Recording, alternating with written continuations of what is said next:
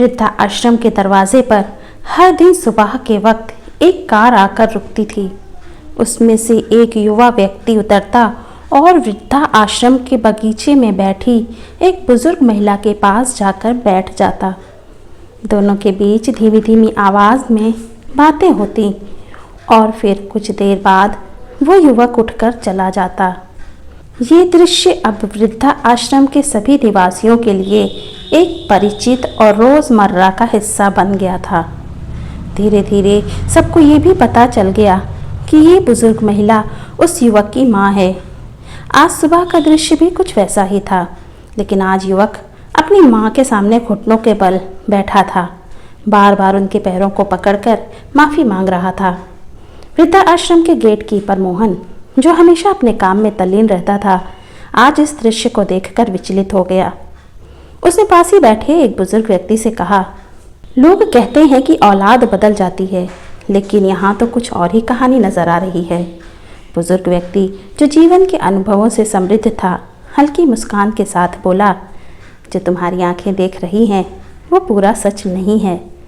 यहाँ आने वाले हर व्यक्ति की एक कहानी होती है और उस कहानी में बहुत कुछ छिपा होता है।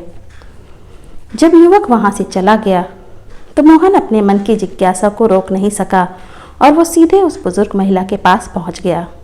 ताई, उसने थोड़ी हिचकिचाहट के साथ पूछा, जो लड़का आपसे मिलने आता है वो आपका बेटा है ना? बुजुर्ग महिला ने सिर हिलाकर सहमति दी, लेकिन कोई शब्द नहीं बोले। मोहन ने बात को आगे बढ़ाते हुए कहा, ताई, आपका बेटा तो बहुत अच्छा है। देखिए कितनी मिन्नतें कर रहा है। क्या वो आपको यहाँ से ले जाना चाहता है? बुजुर्ग महिला ने एक बार फिर से सिर हिला दिया, लेकिन उसके चेहरे पर एक गहरी उदासी छाई हुई थी। अब तक आसपास कुछ और बुजुर्ग महिला पुरुष आकर उनके पास खड़े हो गए थे। एक बुजुर्ग व्यक्ति, जो अपने अनुभवों का ढेर अपने कंधों पर उठाए था, बोला, कहते हैं कि औरत वसुधा की तरह धैर्यवान होती है, लेकिन आपको देखकर ऐसा नहीं लगता।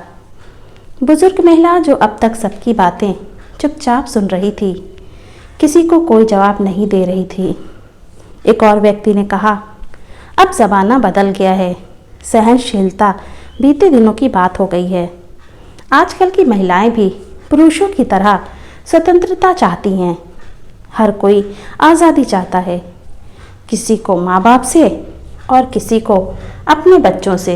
ये सब सुनकर बुजुर्ग महिला की आंखों में आंसू आ गए, लेकिन उसने फिर भी अपने होंठ सी लिए। अगले दिन फिर वही कार वृद्धा आश्रम के दरवाजे पर आकर खड़ी हो गई। इस बार उस युवक के साथ एक महिला भी थी, जो अपनी गोद में एक छोटे से बच्चे को लेकर आई थी। दोनों वृद्धा आश्रम के अंदर आए और महिला ने बच्चे को बुजुर्ग महिला की गोद में रखते हुए पैरों पर गिरकर रोते हुए कहा, माँ जी, हमें माफ़ कर दीजिए, हमारे साथ घर चलिए, आपको अपने पोते की कसम है। इस दृश्य को देखकर मोहन, जो हमेशा से बुजुर्ग महिला के प्रति सम्मान रखता था, अपने आंसू रोक नहीं पाया। उसने गुस्से में आकर कहा, ताई नहीं जाना चाहती तो क्यों उन्हें ज़बरदस्ती ले जाना चाहते हो? तुम जैसे बच्चे भगवान सबको दें, वरना आजकल तो बच्चे जानबूझकर माँ बाप को वृद्धाश्रम में छोड़ जाते हैं। इस बार बुजुर्ग महिला का धैर्य टूट गया। उसकी आंखों से आंसुओं की धारा बहने लगी। अपने आंचल से आंसू पोंछते हुए उसने रुधे गले से कहा, आप शायद नहीं जानते मोहन जी, जब मेरे पति इस दुनिया से चले गए तो मेरी सारी जमा पूंजी इन लोगों ने ले ली। रोज़ एक निवाले के लिए मुझे घंटों इंतज़ार करना पड़ता था। ये लोग मुझे दिन रात खरी खोटी सुनाते और रातों में खून के आंसू रुलाते। अंत में इन्होंने मुझसे कहा कि या तो मैं उनकी शर्तों पर चलूं या घर छोड़ दूं।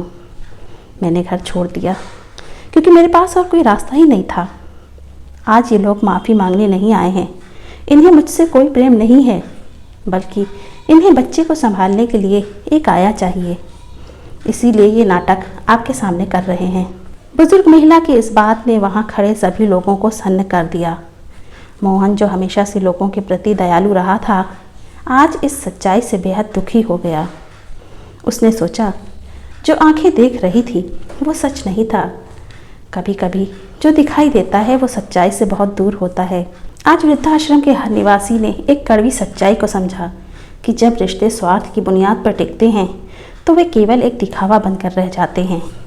दोस्तों, आपकी क्या राय है? अपनी राय हमें कमेंट बॉक्स में ज़रूर दीजिए और वीडियो अच्छी लगी हो तो प्लीज़ इसे लाइक कीजिए, शेयर कीजिए और चैनल को अभी तक सब्सक्राइब नहीं किया है तो प्लीज़ चैनल को सब्सक्राइब कीजिए। Thanks for watching.